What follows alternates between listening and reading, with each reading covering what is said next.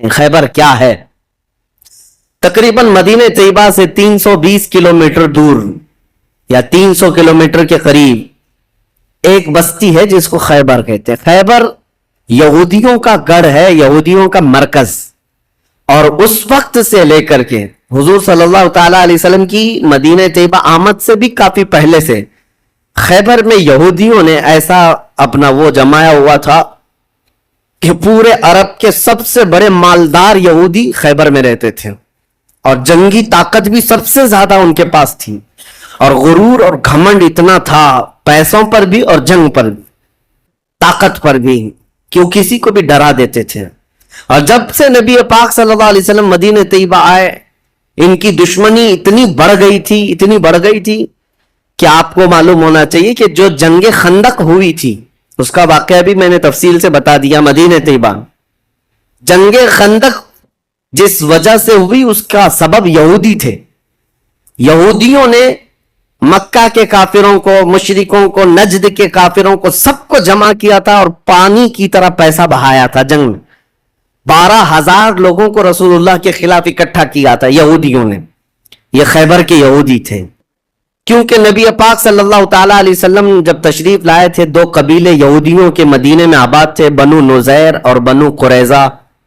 آپ کو میں نے سیرت کے بیان میں یہ بھی بتا دیا تھا، اور یہ دونوں قبیلوں نے حضور صلی اللہ علیہ وسلم کے ساتھ غداری کی تھی، وعدہ خلافی کیا، معاہدہ جو تھا اس کو توڑ دیا۔ اس کی وجہ سے ان یہودیوں کو جو مدینے میں رہتے تھے جلا وطن کر دیا گیا تھا، نکال کر باہر کر دیا گیا۔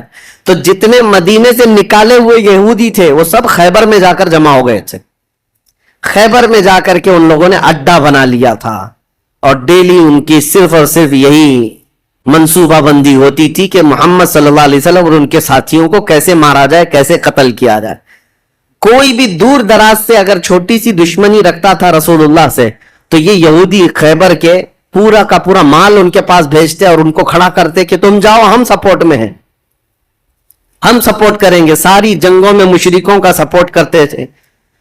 اب میں آپ کو بتاؤں، جن کے دلوں میں اتنا زہر بھرا ہوا تھا رسول اللہ صلی اللہ علیہ وسلم کی دشمنی کا، اب ان لوگوں نے دیکھا کہ یہ اب ان کی طاقت بڑھتی جا رہی ہے، اور بادشاہوں کو تک ان لوگوں نے اسلام پیش کر دیا، اور اسلام اب مکہ مدینے کا نہیں رہ گیا، اب تو ایران بھی چلا گیا ہے، مصر بھی چلا گیا ہے، حبشہ بھی چلا گیا ہے، یمن بھی چلا گیا ہے۔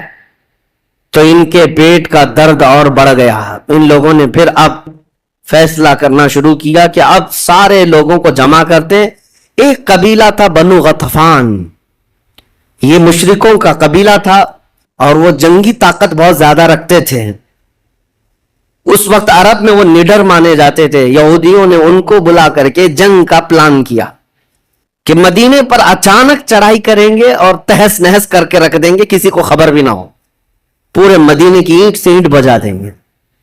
انہوں نے پلان کیا راتوں رات، لیکن مخبر صادق رسول اللہ صلی اللہ تعالیٰ علیہ وسلم کا حال یہ ہے، اور کوئی غیب کیا تم سے نہاں ہو بھلا۔ نبی پاک صلی اللہ تعالیٰ علیہ وسلم کو خبر ہوئی کہ یہودیوں نے میٹنگ کی ہے اور راتوں رات مدینے پر چڑھائی کرنے والے ہیں۔ دوسرے دن حضور پاک صلی اللہ تعالیٰ علیہ وسلم نے صحابہ کو جمع کیا، تو جتنے صحابہ تھے سب جمع ہو گئے، تقریباً 1600 صحابہ تھے۔ کتنے؟ 1600 صحابہ۔ 1600 صحابہ مدینہ طیبہ سے نکل پڑے حضور کے ساتھ کہ ان یہودیوں کو خیبر سے نکلنے سے پہلے ان کا راستہ ہم روکیں گے کہ مدینے پر کوئی بھی چڑھائی نہ کر سکے۔ جب رسول اللہ صلی اللہ علیہ وسلم صحابہ کو لے کر چل پڑے، چال الٹی پڑ گئی۔ یہودیوں نے یہ سوچا تھا کہ مدینے پر اچانک حملہ ہوگا، کسی کو کانوں کان خبر نہیں ہوگی، لیکن ایسا ہوا کہ 8 دن کے بعد اچانک حضور خیبر پہنچ گئے، ان کو کانوں کان خبر بھی نہیں ہوئی۔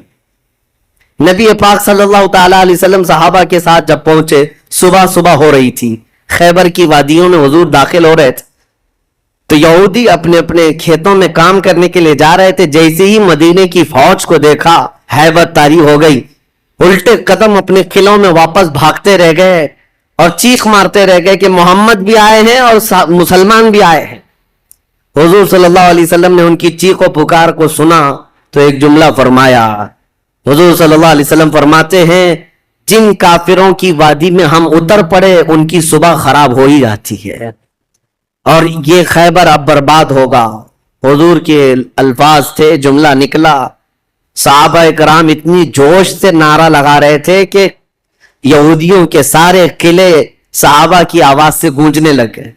خیبر میں 8 قلعے تھے، 8 مشہور قلعے۔ انہوں نے بہت مشہور اس وقت کی طاقتور یعنی عمارتیں ایسی بنا رکھی تھیں کہ ان کا یقین تھا کہ کوئی ان قلعوں کو توڑ نہیں سکے گا۔ اور حد تو یہ ہے کہ آج 1400 سال گزر گئے، ابھی بھی وہ قلعے موجود ہیں، آج بھی موجود ہیں خیبر میں۔ وہ قلعوں کے باقیات، کھنڈرات ابھی بھی موجود ہیں۔ اب اندازہ کریں کہ 14 صدیاں گزرنے کے بعد اب بھی وہ قلعے ہیں تو اس وقت کتنے محفوظ رہے ہوں گے، کتنے مضبوط رہے ہوں گے۔ ان کو بڑا غرور تھا۔ 8 مشہور قلعے تھے، قلعہ نائم، قلعہ نطات، قلعہ قموس، ان کے نام تھے الگ الگ۔ ہر قلعہ الگ الگ کاموں کے لیے استعمال ہوتا تھا۔ اب نبی پاک صلی اللہ تعالیٰ علیہ وسلم خیبر جب پہنچے، 1600 صحابہ ہیں۔ اب سنیے، ایک قلعہ نائم تھا جس میں سارا ذخیرہ تھا، کھانا پانی اور سب کچھ وہاں پر تھا، اور اس کی ذمہ داری سلام بن مشکم نام کا ایک یہودی، وہ بہت ہی بغض و عداوت میں بھرا ہوا یہودی تھا، اس کے ذمے تھی۔ اور قلعہ قموس جو سب سے بڑا قلعہ تھا، اس کی ذمہ داری مرحب نام کے یہودی کے پاس تھی۔ اور مرحب وہ شخص ہے جس کے بارے میں مشہور تھا کہ وہ 1000 لوگوں سے تنہا لڑ سکتا، 1000 انسانوں کی طاقت تھی جس کے پاس، اس کا نام مرحب تھا۔ پورے خیبر کے یہودی اس سے ڈرتے تھے۔ اور قلعہ قموس جو سب سے بڑا قلعہ تھا وہ اس کے انڈر میں ہوا کرتا، سب ان کی تقسیم تھی۔ اب جب نبی کریم صلی اللہ تعالی علیہ وسلم شروعات فرمائی تو قلعہ نائم جو قریب تھا آبادی سے، اس پر چڑھائی شروع کر دی۔ تو جو صحابہ وہاں گئے تھے قلعہ نائم، تو صحابہ اکرام کو سخت مصیبت اٹھانی پڑی، کیونکہ اتنی سخت گرمی تھی کہ جس کی وجہ سے حلق میں کانٹے پڑ جاتے تھے پیاس کی شدت سے۔ کئی صحابہ اس میں شہید ہوئے۔ آخر کار قلعہ نائم فتح ہو گیا۔ ایک قلعہ فتح ہوا، دوسرا فتح ہوا، تیسرا فتح ہوا، قلعے اس طرح سے فتح ہونے لگ گئے۔ یہودیوں کی تعداد میں آپ کو بتاؤں، یہ 1600 صحابہ تھے، اور یہودی اس وقت خود اور قبیلہ بنو غطفان جو مشرکوں کا قبیلہ تھا، ان کو بھی جنگ کے لیے اپنے قلعے میں بلا لیا تھا۔ کل تعداد سب کی ملا کر 8000 ہو چکی تھی۔ 8000 لوگ 1600 لوگوں سے ڈرے ہوئے، سہمے ہوئے قلعوں میں بندے ہیں، کوئی باہر نکلنے کو تیار نہیں۔ اب اس کے بعد یہ خیبر کا معاملہ بڑھتا گیا۔ اس میں ہوا یہ کہ آخری جو قلعہ تھا قلعہ قموس، یہ سب کے بس کی بات نہیں تھی۔ بہت مضبوط قلعہ، اور جو آدمی اس کا سپہ سالار ہے، شہ سوار ہے، وہ مرحب ہے۔ پورا عرب جانتا تھا اس کی طاقت کو۔ پہلے دن نبی کریم صلی اللہ تعالیٰ علیہ وسلم نے صحابہ کی ایک جماعت حضرت ابو بکر صدیق رضی اللہ تعالیٰ عنہ کی سپہ سالاری میں بھیجی۔ حضرت ابو بکر صدیق آئے، بہت ہی جاں بازی اور بہادری کے ساتھ لڑائی کی، لیکن وہ اتنا سخت تھا کہ یہودیوں کی طرف سے بہت سخت طریقے سے ڈیفنس ہوتا تھا۔ صحابہ پیچھے ہٹ گئے، کچھ شہید ہوئے، کچھ زخمی ہوئے، واپس آئے۔ پھر دوسرے دن سیدنا عمر ابن خطاب رضی اللہ تعالیٰ عنہ کے حوالے حضور صلی اللہ علیہ وسلم نے فرمایا، حضرت عمر فاروق رضی اللہ تعالیٰ عنہ گئے، صحابہ کی ایک جماعت تھی، لیکن آج کا دن اور زیادہ سخت ہو گیا۔ سارے یہودیوں نے اپنی طاقت جھونک دی قلعہ قموس کو بچانے کے لیے۔ حضرت عمر فاروق رضی اللہ تعالیٰ عنہ صحابہ کی جماعت کو لے کر شام میں واپس آ گئے۔ اب یہ محاصرہ بڑھ گیا، 20 دن چلا کنٹینیو محاصرہ ان قلعوں کا، لیکن فتح ہونے کا نام نہیں تھا۔ جلال پیغمبری کو دیکھیں ہیں، صحابہ 20 دن سے تپتی ہوئی گرمی میں مدینے سے 300 کلومیٹر باہر ہیں۔ عرض کیا، یا رسول اللہ صلی اللہ علیہ وسلم، ہماری منزل ابھی کہاں ہے، کب تک ہے؟ رات کا وقت تھا، نبی کریم صلی اللہ تعالیٰ علیہ وسلم جلال میں تھے۔ ارشاد فرمایا، لَأُعْتِيَنَّ غَدًا رَایَةً رَجُلًا يُحِبُّهُ اللَّهُ وَرَسُولُهُ،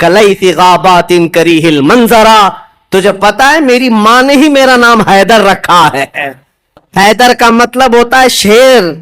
میری ماں نے میرا نام حیدر رکھا ہے. کلیث غابات کریہ المنظرا, ہیبت ناک شیر جب بھوک کی وجہ سے کچھار میں دہاڑتا ہے اس کو حیدر کہا جاتا ہے.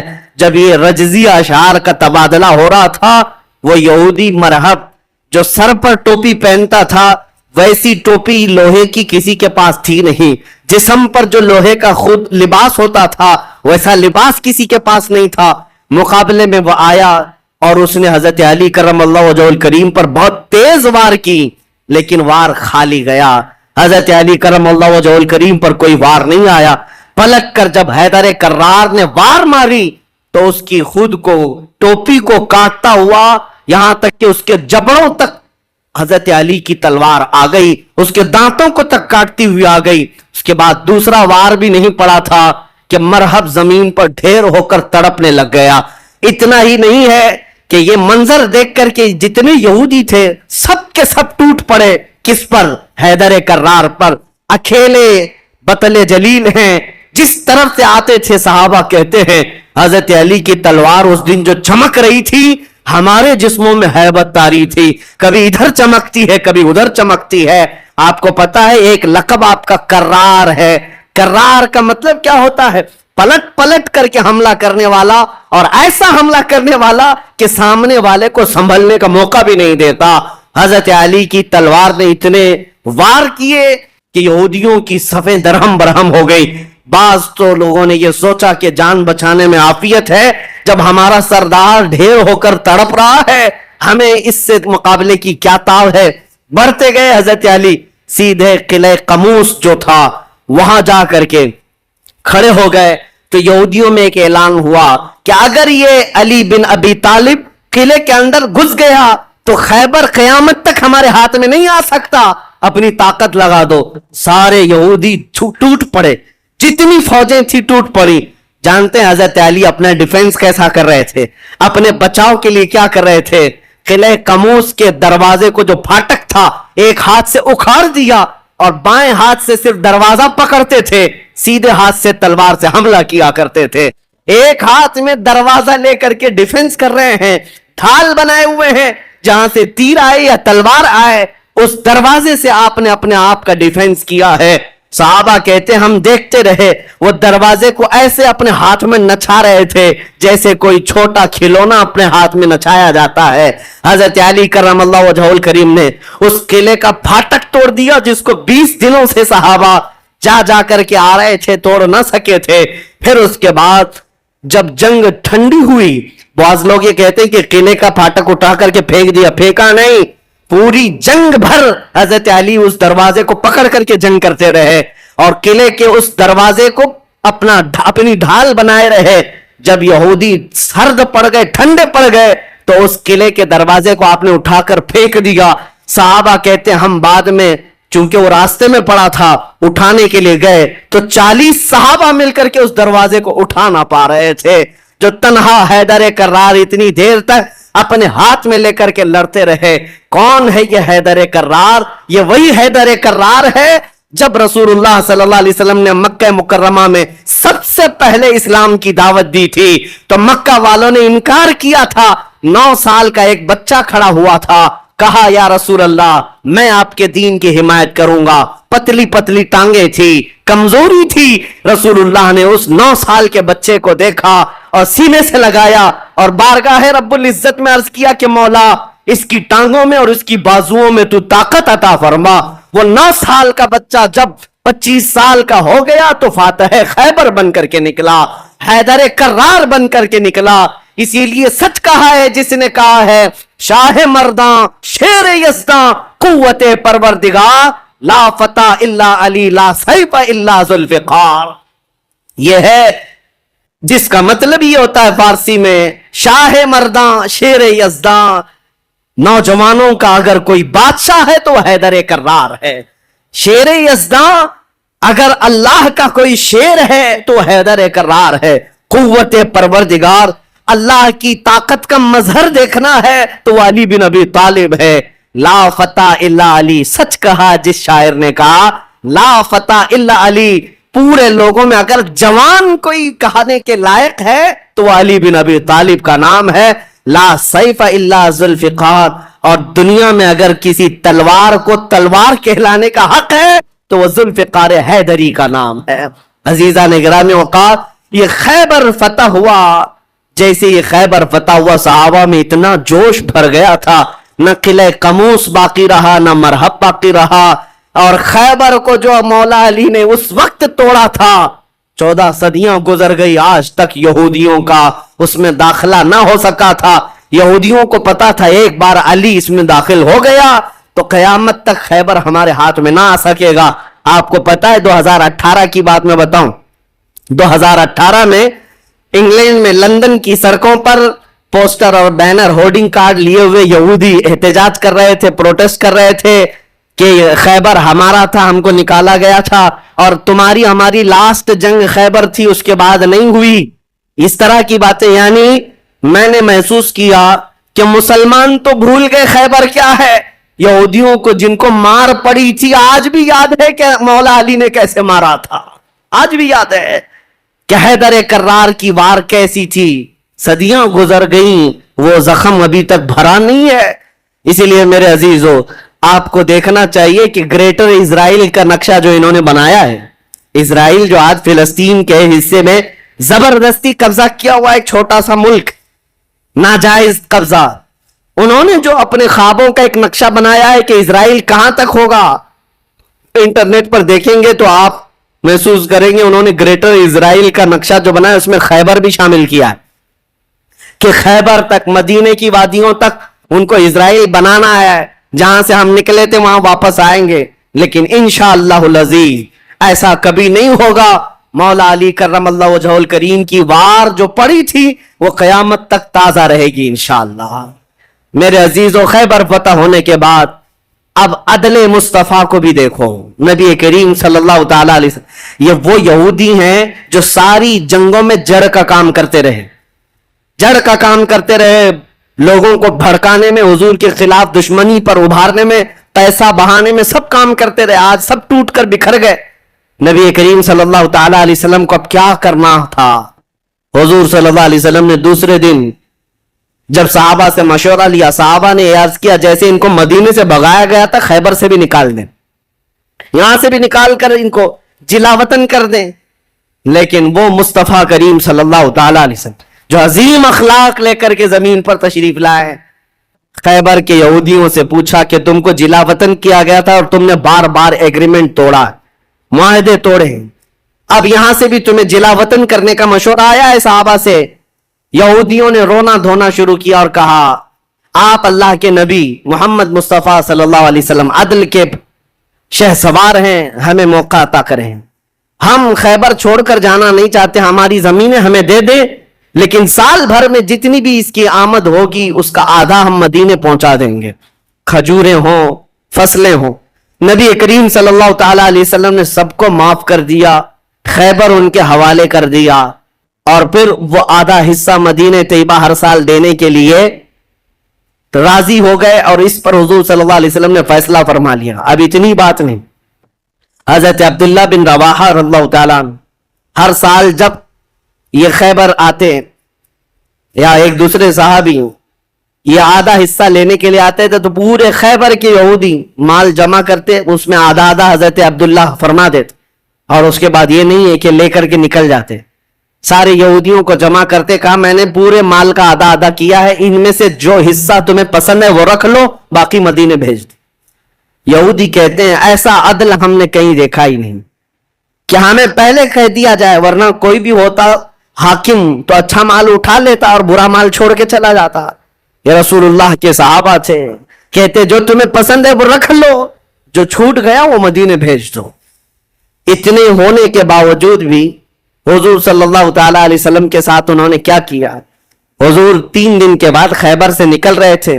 زینب نام کی خاتون تھی جس کا شوہر قتل ہو گیا تھا، وہ حضور صلی اللہ تعالی علیہ وسلم کے پاس بڑی محبت لے کر کے آئی، بہت محبت کے ساتھ، اور یوں کہا کہ میں آپ کی پیروکار ہوں، بڑی مشتاق تھی آپ کے دیکھنے کی، آپ میرے گھر تشریف لائیں۔ حضور صلی اللہ تعالی علیہ وسلم کو اور کچھ صحابہ کو اس نے اپنے گھر پر دعوت کی، اور دعوت کیا کیا، کھانے میں اور گوشت میں نہایت ہی خطرناک زہر ملایا اور حضور صلی اللہ تعالی علیہ وسلم کو زہر دیا۔ جو صحابہ موجود تھے حضور صلی اللہ علیہ وسلم کے ساتھ دعوت میں، جیسی حضور نے پہلا لقمہ اٹھایا، جو گوشت کی بوٹی تھی یا جو لقمہ تھا، وہی بول پڑا رسول اللہ صلی اللہ علیہ وسلم کہ مجھ میں زہر ملا ہوا ہے۔ نبی کریم صلی اللہ تعالی علیہ وسلم نے ابھی اپنی زبان پر لگایا ہی تھا، نکال کر پھینک دیا، لیکن دوسرے ایک صحابی حضور سے پہلے پیٹ بھر کر کھا چکے تھے اور وہ زہر کے اثر سے فوراً ہی شہید ہو گئے۔ یہ یہودیوں نے حضور کے معافی کے بعد، اعلان کے بعد، پھر بھی یہ ہرزہ سرائیاں، یہ سارے کام کرتے رہے اور آج تک کرتے آئے۔ آج تک نبی کریم صلی اللہ تعالی علیہ وسلم نے اس کے باوجود، معلوم ہونے کے بعد، یہودیوں کو بلایا کہ اس خاتون کا کیا کیا جائے۔ اس نے اقرار کر لیا، کہا کہ ہاں ہم نے زہر ملایا تھا۔ کہا کیوں؟ کہا ہم یہ دیکھ رہے تھے اگر آپ اللہ کے سچے رسول ہیں تو آپ کو خبر ہو جائے گی، ورنہ ہم کو آپ سے نجات مل جائے گی، ہم بچ جائیں گے، آپ زہر سے ختم ہو جائیں گے۔ نبی کریم صلی اللہ تعالی علیہ وسلم تو زہر کے اثر سے کچھ نہیں ہوا اور حضور بچے اس زہر سے، لیکن ان یہودیوں میں سے کوئی بھی اسلام کی طرف آیا بھی نہیں۔ نبی کریم صلی اللہ تعالی علیہ وسلم نے اس خاتون سے بدلہ نہیں لیا، اسے معاف کر دیا۔ اپنی ذات کے لیے حضور نے کبھی بدلہ لیا ہی نہیں، اسے چھوڑ دیا اور پھر وہاں سے نکل پڑے۔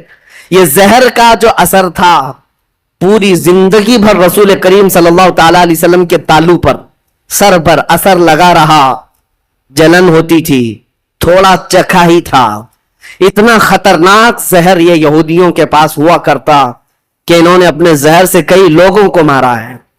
یہ یہودی ایسی قوم ہے جس پر اللہ تعالیٰ نے قرآن میں لعنت فرمائی۔ یوں ہی نہیں، بعض لوگوں کو لگتا ہے کہ بار بار اس ٹاپک پر کیوں ہے؟ ارے میاں، ہم ہر نماز میں یہ کہتے ہیں غیر المغضوب علیہم ولا الضالین۔ سورہ فاتحہ کے آخر میں المغضوب کا مطلب ہے جس پر اللہ کا غضب ہوا، وہ قوم یہودیوں کی ہے۔ سورہ فاتحہ میں ہم اللہ کی بارگاہ میں پناہ مانگتے ہیں کہ اللہ جس قوم پر تیرا غضب نازل ہوا اس قوم سے ہمیں بچائے رکھ، ان کے راستے سے ہمیں بچائے رکھ۔ یہ اتنی خطرناک سازشی قوم ہے کہ آج پوری دنیا کو انہوں نے ہلا کر رکھا ہے، آج پوری دنیا کو کریڈٹ نظام پر لا کر رکھا ہے۔ یہ جتنے ورلڈ کے بڑی بڑی بینکیں ہیں انہوں نے اپنے ہاتھ میں رکھا ہے، سونے پر یہ اپنا قبضہ جمائے ہوئے ہیں۔ جیولری اس کو نام دیا گیا، سونے چاندی کے تمام زیورات کو جانتے ہیں۔ اس کے ایک محقق نے کہا تھا جیوز، یہودی جیو کہلاتے ہیں، اور جیو سے انہوں نے جیولری کر دیا ہے کہ سونے چاندی کا حق صرف اور صرف جیوز کے پاس ہے، یعنی یہودیوں کے پاس، دوسرے کوئی اس کا حق نہیں رکھتے۔ اور یہ مال سونا چاندی ہی ہے جو پوری دنیا کی کرنسی کو اوپر نیچے کرتا ہے۔ یہ سارا نظام انہوں نے بنا رکھا ہے، دنیا کو قرضے دے دے کر کے ورلڈ بینک سے اپنا مقروض بنائے رکھا ہے، دنیا کو جنگوں کے ہتھیار خوب بیچتے ہیں، یہ سارے ہتھیار بناتے ہیں اور پورا بیچتے ہیں، اس کا کاروبار بھی کرتے ہیں۔ دنیا کی بڑی بڑی دوائیوں کی کمپنیاں بلکہ بایو ویپن کے طور پر استعمال کرتے ہیں، ڈرگ مافیا ہے، سب یہودیوں کے کنٹرول میں آج۔ اسی لیے میں آپ سے کہتا ہوں یہ اتنی شریر قوم ہے کہ اس سے ہمیشہ پناہ مانگتے رہو اللہ کی بارگاہ۔ اور اخیر میں آپ کو بتا دوں، جب قیامت کے قریب حضرت عیسیٰ علیہ السلام آئیں گے اور وہ اس وقت دجال کو قتل کر رہے ہوں گے، اور دجال کی فوج میں 60,000 یہودی ہوں گے، 60,000 یہودی اس کے ساتھ جنگ لڑ رہے ہوں گے، ایمان والوں کے ساتھ اس کی حمایت میں، اور حضرت عیسیٰ علیہ السلام کے ہاتھ سے قتل ہوں گے۔ تو حدیث پاک میں ہے کہ جہاں حضرت عیسیٰ علیہ السلام جائیں گے، یا مسلمان جو عیسیٰ علیہ السلام کے ساتھ ہوں گے، ان مسلمانوں کو جو پتھر ہیں جگہ جگہ کے، وہ پتھر پکار کر کہیں گے یا مسلم ورائی یہودین اقتلہ، اے مسلمان میرے پیچھے ایک یہودی چھپا ہوا ہے، آجا اسے قتل کر دے۔ پتھر تک بولے گا کہ یہودی یہاں چھپا ہوا ہے۔ اس سے آپ اندازہ کریں یہ ایسی شریر قوم ہے جس سے پتھر بھی پناہ مانگتے ہیں۔ عزیزان گرامی وقار، سیرت کا یہ حصہ تھا 6 ہجری کا. میں نے جو شروع میں بات کی تھی اس کو کمپلیٹ کر دیتا ہوں کہ ساری جنگوں کا دار و مدار پھر خیبر پر کیوں ہے. اس کی وجہ تھی کہ 6 سال تک جب سے مدینے میں حضور تھے وہ گٹ جوڑ کی جیسے سچویشن تھی. کبھی یہودیوں کے ساتھ مل کر کے مشرکوں سے لڑتے تھے، لیکن جب خیبر فتح ہوا، خیبر میں سب سے بڑی طاقت تھی یہودیوں کی، پیسہ سب سے زیادہ تھا، جنگی طاقت سب سے زیادہ تھی. جیسے ہی خیبر فتح ہوا، ایران بھی کانپنے لگ گیا، روم بھی کانپنے لگ گیا، مصر بھی کانپنے لگ گیا. سارے بڑے بڑے ممالک جو ہیں وہ مسلمانوں کی ہیبت سے کانپنے لگ گئے.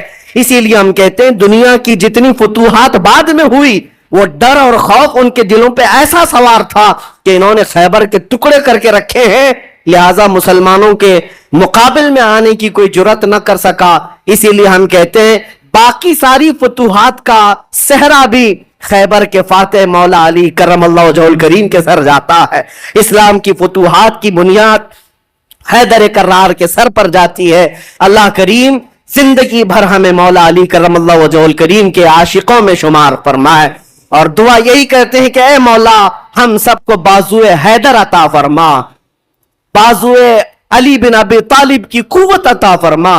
اے کریم خدا اسلام کو پھر سے سرخ روئی عطا کر دے، امت مصطفیٰ کو پھر سے عزت و وقار عطا فرما دے. کریم خدا ارحم الراحمین مولا تیرے حبیب پاک صلی اللہ تعالی علیہ وسلم کے جلوں میں زندگی عطا فرما، ان کے قدموں میں ہمیں موت عطا فرما. وآخر دعوانا الحمدللہ رب العالمین. السلام علیکم.